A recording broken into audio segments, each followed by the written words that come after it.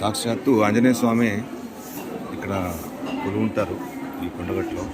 ఇలా మనకు చాలా ఆంజనేయ స్వాములు కనిపిస్తుంటారు చిన్న చిన్నవి.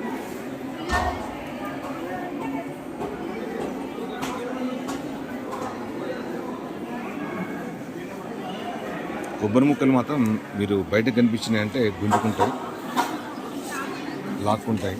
సో చాలా జాగ్రత్త, కేర్ఫుల్ ఉండాలి. అంటే మన ఏమన్నావు ఇది సాక్షాత్తు ఆంజనేయ స్వామి కదా, మనని ఏమి అన్నావు. బట్